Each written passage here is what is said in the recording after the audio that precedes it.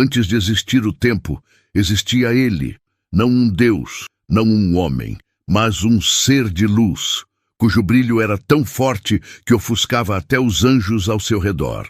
Antes que as galáxias girassem no espaço, antes que os oceanos se agitassem pela primeira vez, havia algo mais antigo que o próprio tempo. Um reino de glória absoluta, onde o som da criação vibrava em perfeita harmonia. No centro de tudo, o trono do Altíssimo, fonte de poder, beleza e santidade. Entre milhares de anjos, havia um ser que se destacava, não apenas por sua função, mas por sua indescritível majestade, Lúcifer. O seu nome, portador da luz, era um reflexo do que ele era. Um querubim ungido, escolhido pelo próprio Deus para guardar a presença divina. Em Ezequiel 28:14 lemos: Tu eras querubim da guarda, ungido, e te estabeleci, no monte santo de Deus estavas, no meio das pedras afogueadas andavas. Sua aparência era deslumbrante. Imagine um ser adornado com pedras preciosas, sardônio, topázio, diamante, berilo, ônix, jaspe, safira, carbúnculo, esmeralda e ouro. Ele não apenas refletia a luz, ele era a própria luz entre os anjos. Sua voz, dizem, ecoava como sinfonias, uma verdadeira orquestra celestial. Mas foi no mais íntimo desse ser magnífico que surgiu o impensável. Isaías 14:13-14 revela os pensamentos que transformaram o céu.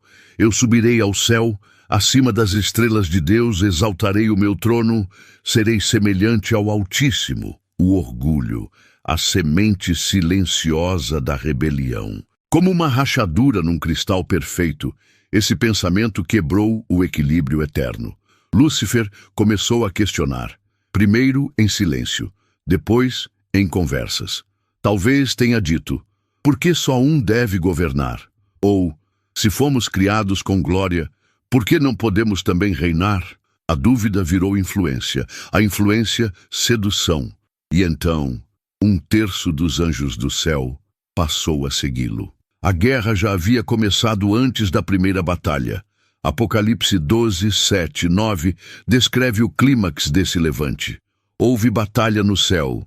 Miguel e os seus anjos batalhavam contra o dragão, e batalhava o dragão e os seus anjos, mas não prevaleceram, nem mais o seu lugar se achou nos céus. E então caiu. Lúcifer, o portador da luz, foi lançado fora como um raio. Lucas 10:18. O mais glorioso dos anjos, agora transformado em Satanás, o acusador, o adversário. Mas por que Deus o permitiu?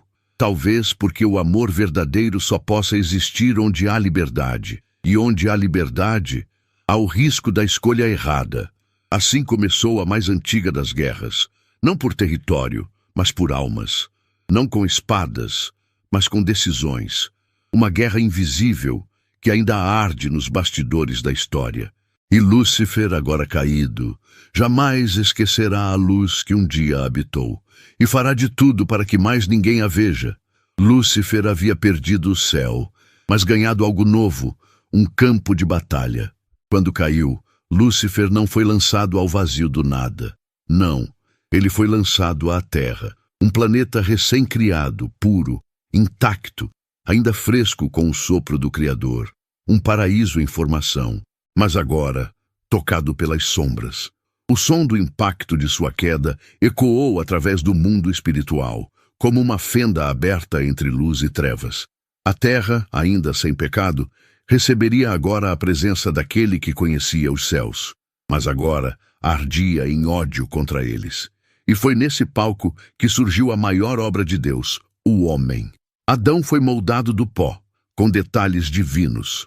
Eva, feita da costela, foi o toque final de uma criação perfeita.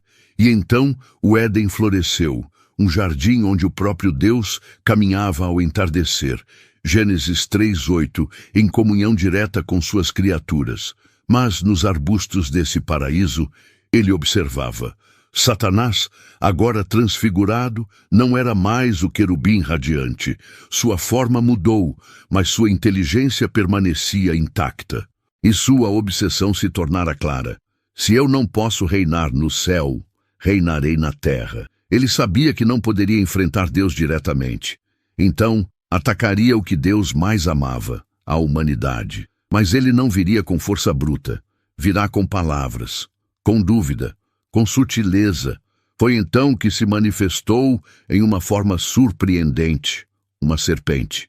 Mas não uma cobra rastejante e vil como conhecemos hoje. Em sua forma original, muitos teólogos acreditam que a serpente era bela, talvez até alada, um animal com aparência fascinante, o disfarce perfeito.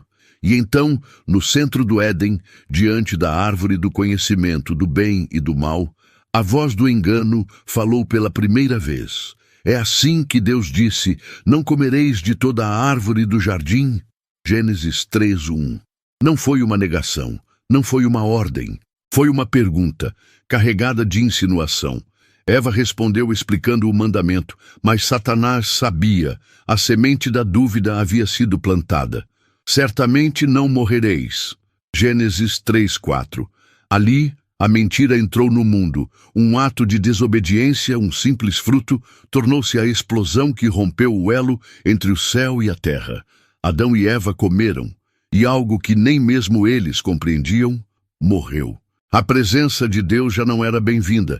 Eles se esconderam, se cobriram e, acima de tudo, sentiram vergonha, algo que jamais havia existido até aquele momento. E Satanás, ele não celebrou com risos. Ele sabia o que havia feito. Ele havia quebrado o elo da confiança entre Deus e sua criação. E com isso, havia dado início à sua estratégia mais perigosa. Se eu não posso vencer Deus no céu, então o ferirei no coração. O coração de Deus era o homem, e agora o homem pertencia ao pecado. Mas o Senhor não abandonou sua criação. No mesmo capítulo da queda, Gênesis 3:15, Deus declara uma profecia que mudaria tudo. E porei inimizade entre ti e a mulher, e entre a tua descendência e o seu descendente. Este te ferirá a cabeça, e tu lhe ferirás o calcanhar. Era a primeira profecia sobre o Messias. Lúcifer caiu, mas Deus já havia levantado um plano. A guerra continuava. Lúcifer não precisava destruir tudo, só precisava impedir uma linhagem.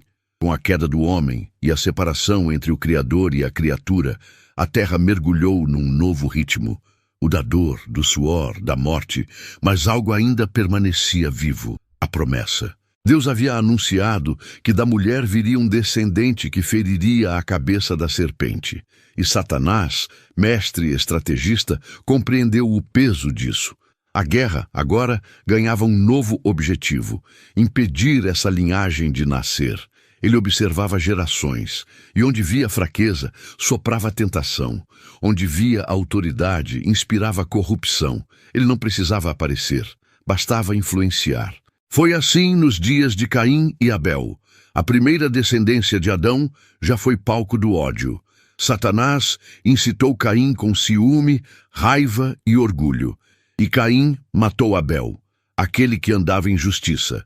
Um irmão foi morto, e o outro foi marcado pelo pecado. Mais uma tentativa de quebrar o plano divino. Mas Deus levantou Sete, e a linhagem seguiu. Nos séculos seguintes, a terra se encheu de violência. Satanás, com liberdade de ação, promoveu o caos e viu o Senhor que a maldade do homem se multiplicara sobre a terra. Gênesis 6:5. Então veio o dilúvio, mas nem isso foi suficiente para encerrar o plano de Deus. De Noé, a promessa seguiu até Abraão, o patriarca chamado para gerar um povo separado, um povo que carregaria a semente da redenção. E Lúcifer não dormia. Quando Deus prometeu a Abraão um filho, Satanás tentou com a dúvida e o tempo. Sarai, estéril e envelhecida, foi terreno fértil para o desânimo. Mas ainda assim, Isaque nasceu. A partir de Jacó, formaram-se as 12 tribos.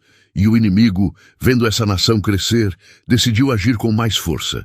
No Egito, através de Faraó, ordenou o massacre de todos os meninos hebreus. Êxodo 1:22. Mais uma tentativa de interromper a linhagem. Mas do meio das águas, protegido por uma cesta, Moisés sobreviveu. E foi ele quem libertou o povo. Já no deserto, Satanás tentou desestabilizar a fé dos israelitas com ídolos, rebeldia e murmuração. O bezerro de ouro não foi apenas um ato de impaciência.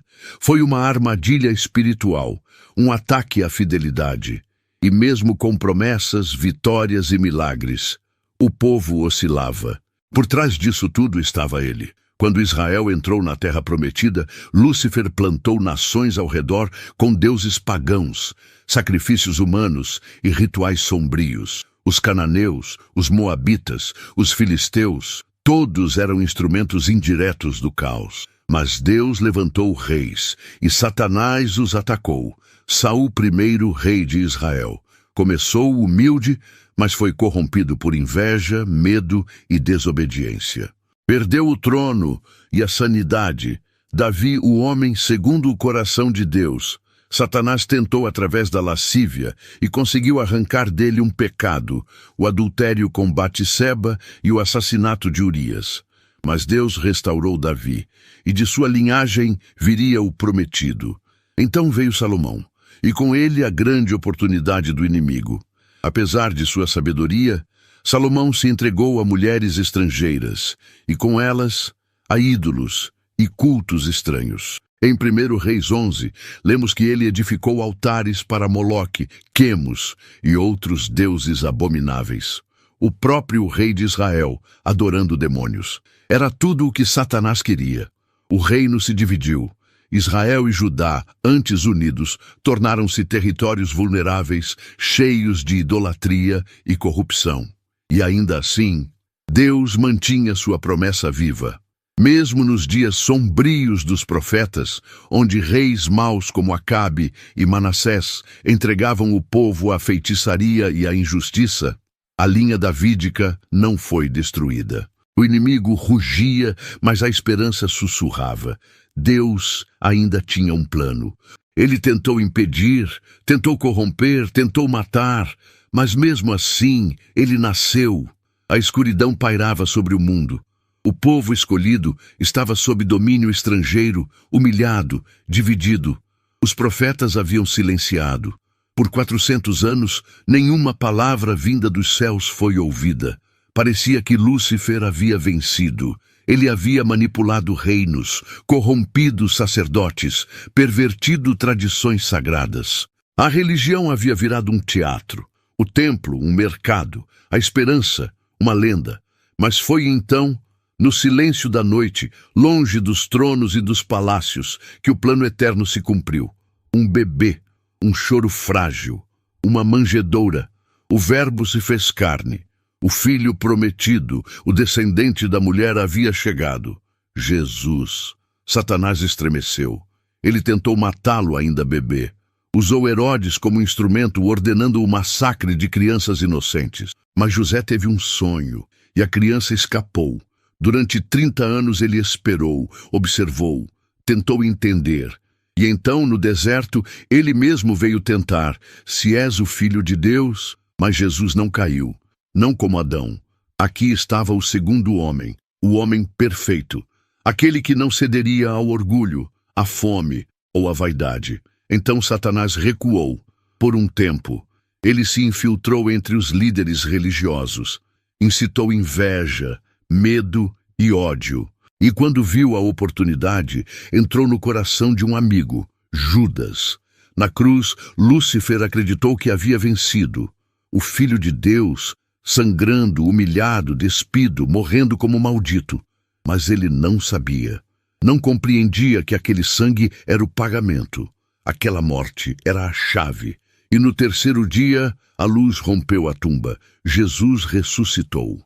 A promessa de Gênesis havia se cumprido. A serpente havia sido esmagada. O inferno não entendeu até ser tarde demais. A cruz, que parecia derrota, era o trono da vitória. A sepultura, que parecia fim, era o portal da glória. E Lúcifer, o anjo que quis subir acima das estrelas, caiu mais uma vez. Não por força, não por espadas, mas pelo amor, pela obediência, pelo sangue. Ele caiu, mas a história ainda não acabou. Satanás continua agindo, ruge como leão, buscando a quem possa tragar, 1 Pedro 5:8. Mas seu destino já foi selado. Apocalipse 20:10 diz: E o diabo que os enganava foi lançado no lago de fogo e enxofre, onde estão a besta e o falso profeta, e de dia e de noite serão atormentados para todo o sempre. A queda que começou com orgulho terminará com julgamento, e a luz que ele tentou apagar brilhará eternamente. Se essa história tocou você, comente abaixo. A luz venceu. Compartilhe sua parte favorita e diga o que mais te surpreendeu nessa jornada.